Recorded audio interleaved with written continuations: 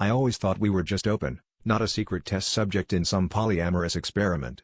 When my boyfriend, let's call him my boyfriend for now, told me he wanted me to meet his other girlfriend, I braced myself for awkward introductions and maybe a side of jealousy. What I didn't expect was to walk into a dimly lit bar and see him sitting arm in arm with a woman who looked like she'd stepped out of a magazine, both of them beaming at me like I'd just won the lottery. He barely let me sit before dropping, "I want both of you to be my wives," like it was a casual dinner invite. The girl, no, the woman, laughed, but not the nervous kind.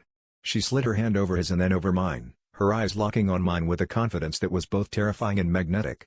"We're already married," she said, her voice syrupy and steady, "but we want to open up our marriage. With you."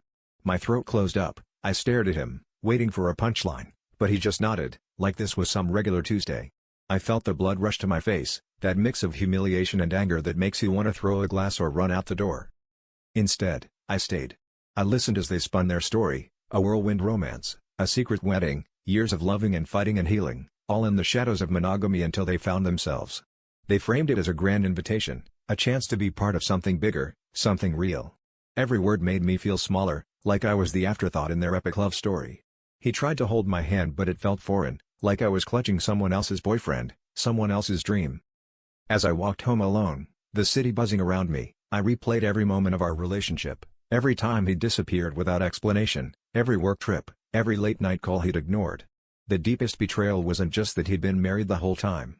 It was how easily I'd let myself believe I was special, how desperate I was to belong that I ignored every red flag. The real twist? I wasn't angry at them, I was furious at myself, and I wasn't sure I'd ever trust my own heart again.